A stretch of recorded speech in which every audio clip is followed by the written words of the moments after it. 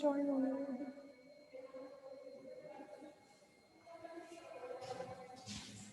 देखो टोटल परावर्तन और पारगमन इक्वल्स टू 1। यहाँ से हमने परावर्तन का निकाल लिया है। पारगमन t इक्वल्स टू कितना आ जाएगा 1 minus R. t equals to 1 minus R का जो वैल्यू आया था वो कौन सी समीकरण थी, वो वाली समीकरण से आर का मान यहाँ पर रखा है। ठीक है, अब इसको हल करेंगे तो एलसीएम ले लो आप, k प्लस के डैश का स्क्वायर माइनस के डैश का स्क्वायर अपॉन क्या आ जाएगा k प्लस के डैश का स्क्वायर। अब देखिए यहाँ से k स्क्वायर आएगा, यहाँ पर माइनस का k स्क्वायर कैंसिल, यहाँ पर k डैश स्क्वायर और प्लस के डैश स्क्वायर और ये माइनस के डैश, तो ये के डैश स्क्वायर कैंसिल हो जाएगा। तो यहाँ पर बचेगा 2k के डैश, यहाँ पर माइनस माइनस प्लस होके 2k के डैश कितना हो जाएगा 4k के dash upon k plus K dash का स्क्वायर। ठीक है, ये आएगा। अब रख दो आप k और k डैश के मान, तो एक टर्म तो ये हो सकती है, ये मुझे r का समीकरण और बता दो, यहाँ पे लिख दूंगी फिर समीकरण। r का जो ये मान लिखा है ना मैंने k माइनस के डैश b बाई ए का मॉड स्क्वायर से निकाला था, जो कौन सी समीकरण थी, समीकरण 13 से। ठीक है, समीकरण 13 से जो हमने परावर्तन गुणांक निकाला था r equals to b by a का मॉड स्क्वायर से, वहां पर ये समीकरण आई थी k माइनस के dash upon k plus K dash का होल स्क्वायर। वहां से ये मान रखा, तो k के पदों में तो t का मान ये हो गया। अब हम ऊर्जा और वोल्टेज उसके विभव के पदों में लिख सकते हैं, तो 4k का वैल्यू कितना आएगा under root 2m E by H cross square, K dash का value 2m E minus we naught upon H cross square, और नीचे क्या आ जाएगा k प्लस के डैश का स्क्वायर, तो इसको लिख देंगे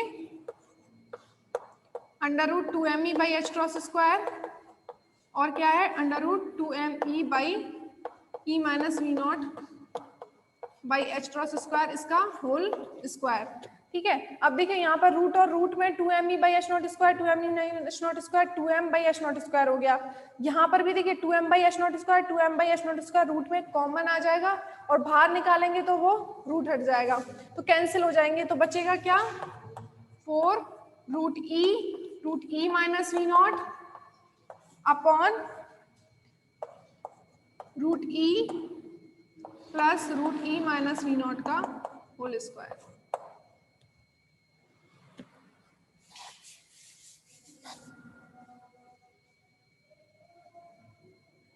ऐसा हमने क्यों किया है इसमें, जैसे देखो जब कोई कण ई ग्रेटर देन वी नॉट वाली इस पर आपतित हुई, ठीक है, अब उसमें आपतन किस में चेंज होगा, परावर्तन में या पारगमन में। ठीक है, तो हम जब परावर्तन गुणांक निकाल चुके हैं, ठीक है, और टोटल हमें r plus T equal to कितना होता है 1, तो t इक्वल टू कितना होगा, जो हमारा आंशिक परावर्तन हो गया है उसको हम क्या कर देंगे 1 में से लेस कर देंगे, तो हमें यहाँ पर t इक्वल टू कितना मिलेगा 1 माइनस आर। तो E greater than V naught के लिए आपतित कण के लिए विभव CD पर आंशिक परावर्तन होता है और आंशिक पारगमन होता है। ठीक है, तो आंशिक परावर्तन और आंशिक पारगमन, इसको और भी तरीके से लिख सकते हैं, रूट ई भी कॉमन आ जाएगा, है ना, ये हो जाएगा 4 1 minus we naught upon e, और नीचे आ जाएगा 1 plus root 1 minus we naught upon e का होल स्क्वायर। ठीक है, रूट ई भी मैंने कॉमन ले लिया है इसमें।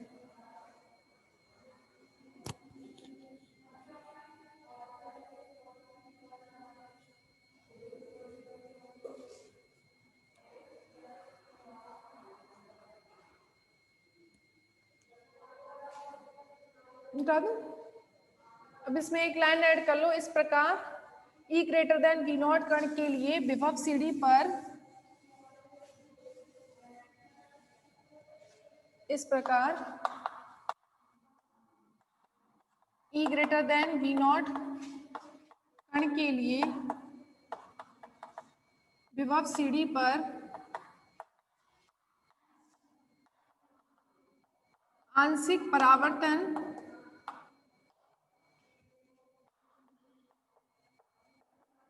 व आंशिक पारगमन होता है।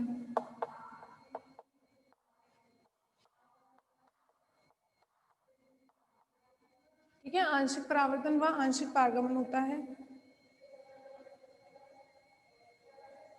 तो आपतित प्रायिकता जो है परावर्तित प्रायिकता घनत्व और पारगमन प्रायिकता घनत्व में बट गई। इसका मतलब कुल प्रायिकता घनत्व संरक्षित रहता है।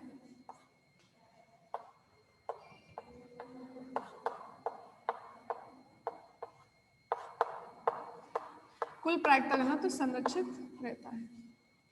ठीक है,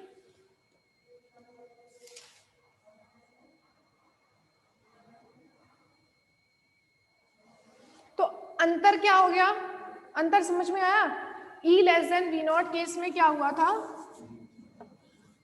E लेस देन वाले केस में देखें तो E लेस देन वाले केस में क्या हो रहा था कि ज्यादातर का परावर्तन ही होता है। जैसे कोई E less than V naught वाला कण आपतित हुआ, ठीक है, उसका क्या हो रहा है, ज्यादातर क्या होता है, परावर्तन होता है। R जो है वो बहुत ज्यादा होता है T से। पारगमन प्रायिकता घनत्व तो आपने को मैंने बताई थी चरघातांकी रूप से कम होती है। देखिए इस तरीके से मैंने आपको वो ग्राफ बनाया था कि पारगमन की जो प्रायिकता है वो चरघातांकी रूप से क्या है, कम होती है। ठीक है, तो अंतर समझ में आ रहा है? यहाँ पर तो दोनों में बट जाएगी, आधे का परावर्तन हो जाएगा, आधा का पारगमन हो जाएगा। ठीक है, यहाँ पर पारगमन की ज्यादा प्रायिकता रहेगी। ठीक है, क्योंकि ऊर्जा ज्यादा है, वेग ज्यादा है, तो वो विभव सीढ़ी को पार कर जाएगा, तो वो क्षेत्र सेकंड में पहुंच जाएगा कण। लेकिन यहाँ पर क्या होता है, उसकी ऊर्जा कम है, तो आपको पता है कि ऊर्जा कम है तो उसका वेग कम होगा। वेग कम होगा तो परावर्तन की प्रायिकता ज्यादा रहेगी, उससे टकरा करके वो वापस आ जाएगा। पारगमन की कुछ ना कुछ होता है, चिरसम्मत यांत्रिकी के अनुसार तो पारगमन होता ही नहीं है, लेकिन क्वांटम यांत्रिकी के अनुसार पारगमन होता है, लेकिन वो चरघातांकी रूप से घट जाता है। और वो निकाला भी था आपने, कितना आया था, e टू द प्रोपोर्शनल था e to the power -2 alpha x के। इसका मतलब पारगमन चरघातांकी रूप से कम होता है E less than V naught के लिए। E greater than V naught के लिए आंशिक परावर्तन और आंशिक पारगमन होता है। ठीक है, तो आपके दोनों केस कंप्लीट हो गए। या तो आपसे एग्जाम में विभव सीढ़ी के लिए E greater than V naught वाला पूछेगा या E less than V naught वाला पूछेगा। दोनों में ही आपको डिफरेंस मैंने बता दिया है। E less than V naught में जहां पर भी आयोटा अल्फा लिखा है, E greater than V naught में वहां पर K डैश आ गया है। सारे रिजल्ट सेम है, जहां पर आयोटा अल्फा था वहां पर K डैश आ गया है। ठीक है, क्योंकि K डैश हमने क्या माना है, 2m/h0 स्क्वायर। E ग्रेटर है तो E माइनस वी नॉट लिया है। यहां पर हमने अल्फा लिया था 2m/h0 square. We not greater है तो वी नॉट माइनस ई, बस ये डिफरेंस किया था, बाकी सभी चीजें सेम है। ठीक है,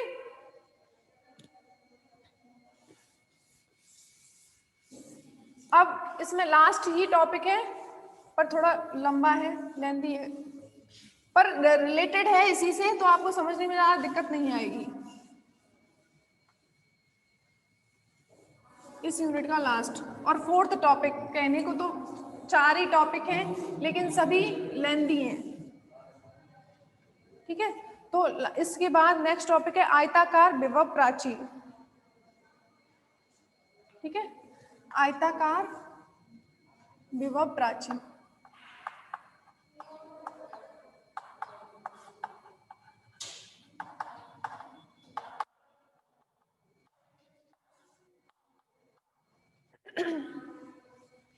अब विभव प्राचीर है तो आपको समझ में आ रहा है विभव सीढ़ी ही हमें काम में लेनी है, लेकिन वो कैसी है, आयताकार है। ठीक है, तो आयताकार विभव प्राचीर में क्या होगा,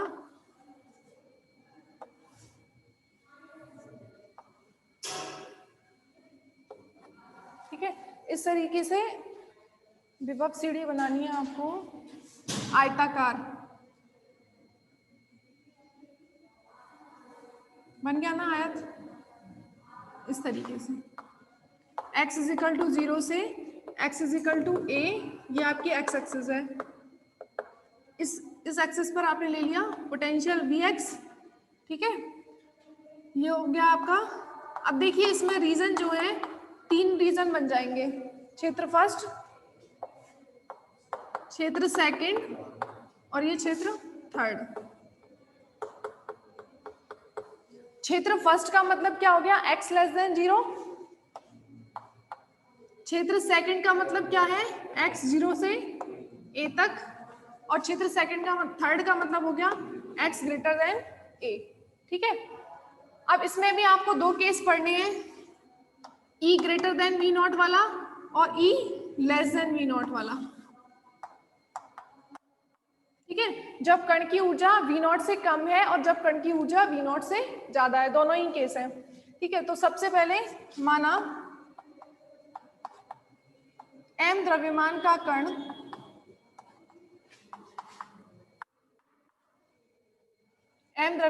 कण E less than V not ऊर्जा से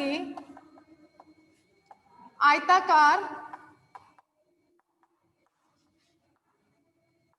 विभव प्राचीर पर आपतित होता है।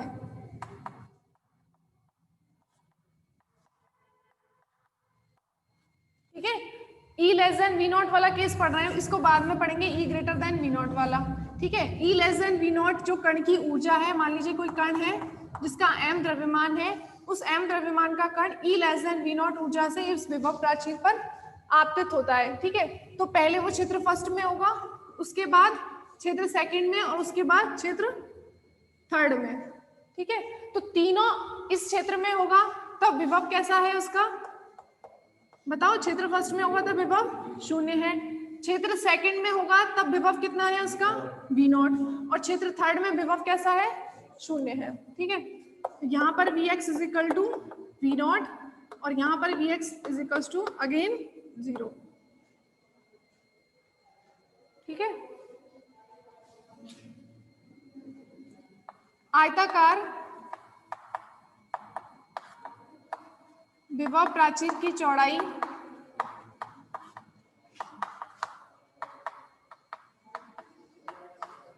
कहां से कहां तक है,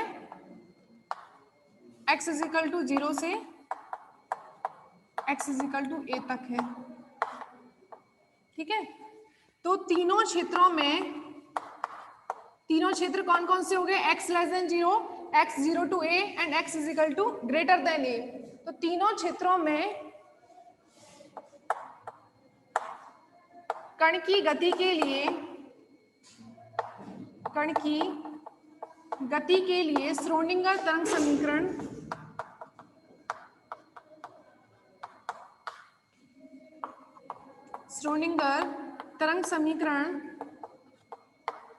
निम्नानुसार होंगी। आप लिख लेना इस चीज को। ठीक है, तो श्रोडिंगर तरंग समीकरण आप बताइए क्या होती है। एक्सरसाइज से मत स्टार्ट करो, आप थोड़ा सा आगे बढ़ जाओ। ठीक है, minus H naught square by 2m। अब एक्स डायरेक्शन में ले रहे हैं तो वन डायमेंशनल के लिए d2 by dx square plus vx psi x is equal to कितनी होती है e साई x। यहाँ पर हम साई एक्स टी नहीं लिखेंगे क्योंकि यहाँ पर जो आपका तरंग फलन है वो समय पर निर्भर नहीं कर रहा है, सिर्फ स्थिति पर डिपेंड कर रहा है। तो आप साई एक्स टी की जगह पर क्या यूज करेंगे, साई एक्स, यानी कि काल अनाश्रित श्रोडिंगर तरंग समीकरण।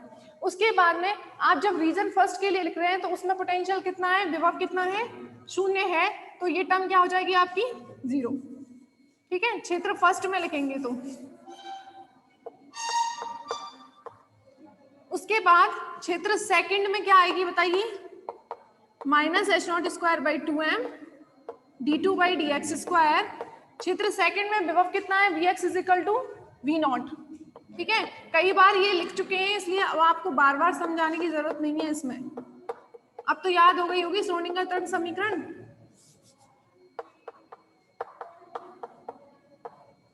उसके बाद में थर्ड रीजन में क्या आएगा, देखिए आप फर्स्ट रीजन में लिख रहे हैं तो उसको साई फर्स्ट लिख लीजिए जिससे कंफ्यूजन ना हो। ये है सेकंड में, और थर्ड में क्या हो जाएगा, फिर से vx कितना हो जाएगा 0। तो minus H naught square by 2m d2 by dx square plus 0 आ जाएगा साई थर्ड x ई साई थर्ड x।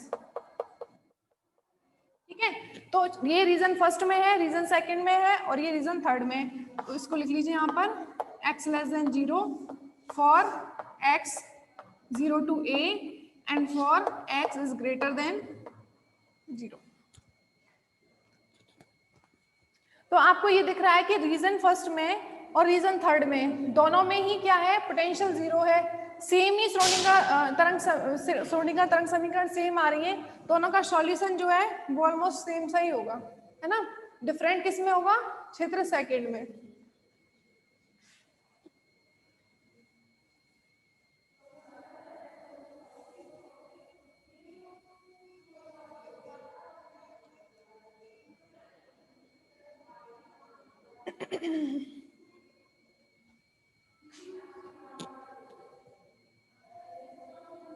कोई दिक्कत तो नहीं है यहाँ तक? मिटा दो ना ऊपर से.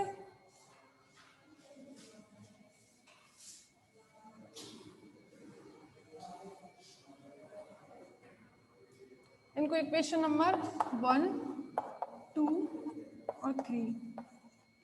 ठीक है. अब यहाँ पर लिख लेना समीकरण 1 व समीकरण 3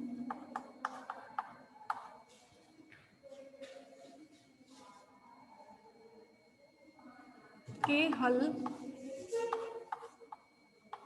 निम्न प्रकार होंगे. आपको पता है इनका हल मैं कई बार बता चुकी हूँ. ठीक है. सभी डेरिवेशन में रिपीट हो रहा है ये चीज. कैसे निकालते हैं, थोड़ा सा इसको सिंप्लीफाई करके दोबारा लिखूं. आप बार बार लिखें जिससे आपको याद हो जाएंगी. ये d2 Sai first by dx square हो जाएगा. ये 2m by H naught square इधर जाएगा, माइनस का 2m by H naught square इधर जाएगा, इधर आएगा तो प्लस का 2me by H naught square. Psi first x equals to 0. ठीक है. तो यहां से इसको सॉल्व करते हैं तो इसको क्या लिखते हैं आप, D square plus k square psi first x. ठीक है. इसको आप क्या मान लेते हैं, के square. D by D x को capital D square plus k square psi first दोनों में से कॉमन लिया है. ठीक है. तो यहाँ लिख लीजिए ना, K square is equal to 2me by H naught square. Constant है ना 2me by H naught square, इसको के स्क्वायर मान लिया है. डी बाई डी एक्स को आप क्या लिखते हैं, कैपिटल डी. तो इस डिफरेंशियल इक्वेशन का सॉल्यूशन क्या आएगा, आपको बताया हुआ है D square is equal to minus k square, D equals to plus minus iota k. ठीक है. तो एक प्लस आयोटा के और एक माइनस आयोटा के. तो इसको लिखेंगे a e to the power iota k x plus b e to the power minus iota k x. ठीक है. तो ये हो गया आपका रीजन फर्स्ट में e less than v naught के लिए समीकरण 1 का हल. तो इसको लिख सकते हैं आप इक्वेशन नंबर 4. ठीक है. अब समीकरण 3 का हल लिखेंगे. ठीक है. तो समीकरण 3 का हल क्या हो जाएगा, दोबारा लिखूं, इसको देखो अरेंज करो पहले. तो ये हो जाएगा d2 साई बाई, इसको कैसे लिखेंगे, d2 by D x square 2me by psi third x plus 2me by H naught square psi third x equals to 0. ठीक है.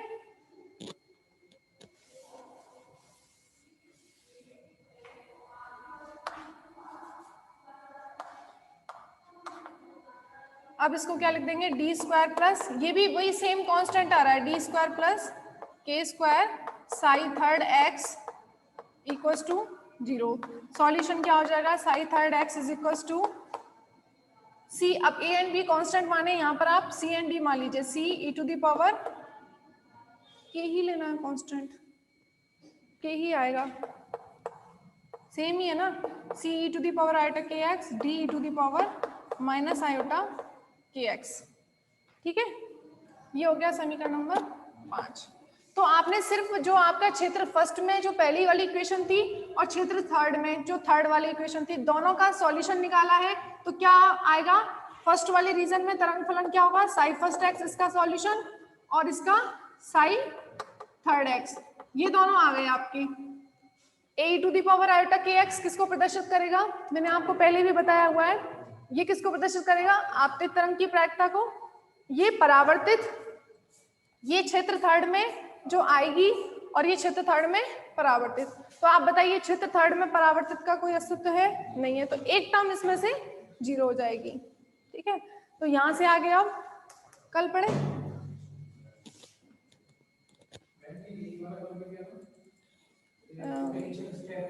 पोटेंशियल स्टेप तो कंप्लीट हो गया। वो है रेक्टेंगुलर पोटेंशियल बैरियर या रेक्टेंगुलर पोटेंशियल स्टेप, उसी का एप्लीकेशन है।